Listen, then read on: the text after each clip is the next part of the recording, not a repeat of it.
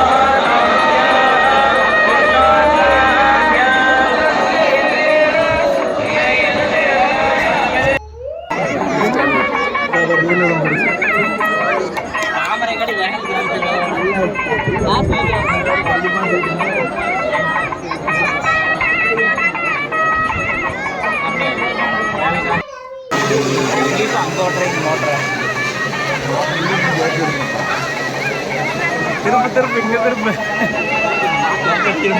கொஞ்சம் மறந்துக்கிறது போட்டு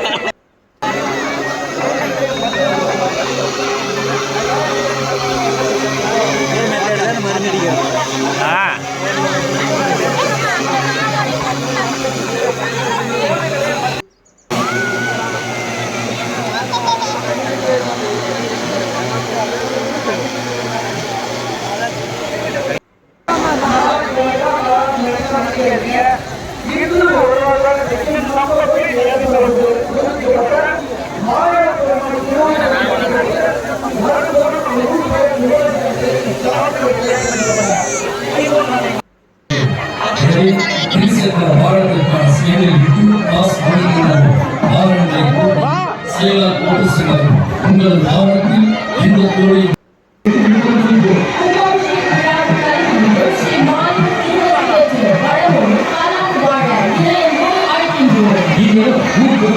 ஸ்ரீ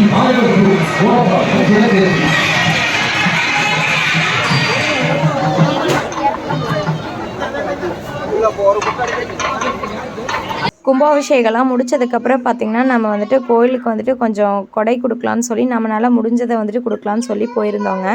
அங்கேயுமே பார்த்திங்கன்னா பயங்கர கூட்டம். ஒரு வழியாக எல்லாமே முடிச்சுட்டு பை வாங்கிட்டு சாப்பிட கிளம்பிட்டோம்.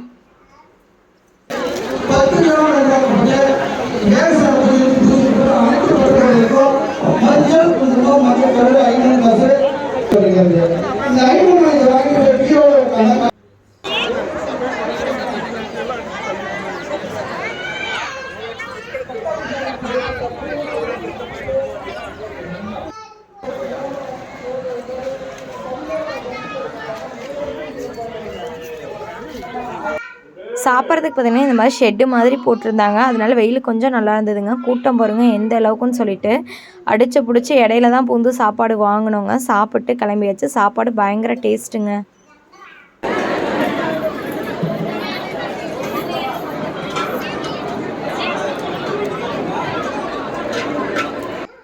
எல்லாமே முடிச்சுட்டு வந்தால் ஃபைனலாக வந்துட்டு இந்த பொம்மை கடை, நம்ம வீட்டில் ஒரு குட்டி வாண்டு இருக்கான்ல, அதனால் அவன் வாங்கிட்டு வராமல் வந்தால் பொக்குன்னு போயிடுவான்னு சொல்லிட்டு அவங்க அப்பா இதில் ஒன்று செலக்ட் பண்ணி வாங்கிட்டு வந்திருக்காரு.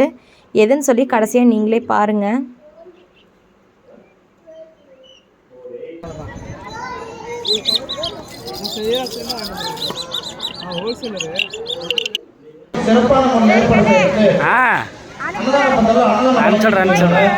கோபுரம் பாருங்க எவ்வளோ அழகாக மைன்யூட்டாக வேலை செஞ்சுருக்காங்கன்னு சொல்லிட்டு நம்மளால் அவரோட திறமையெல்லாம் வெளிப்படுத்தியிருக்காரு. கோபுரத்தில் பொம்மையை வச்சு காட்டுற முதல் ஆள் இவராக தான் இருக்கணும்னு நினைக்கிறேங்க. ஃபைனலாக கும்பாபிஷேகம் முடிஞ்சிருச்சு. முடிச்சுட்டு சாப்பிட்டு குட்டிமயிலுக்காக நம்ம ஒரு காரு பையன் பிளாஸ்டிக்கில் தான் உடைச்சிடறான்ட்டு மரத்துலேயே ஒரு கார் வாங்கியிருக்கோம். பார்ப்போம், கொண்டையை அவருக்கு கொடுத்துட்டு என்ன பண்ணுறாருன்னு பார்ப்போம்.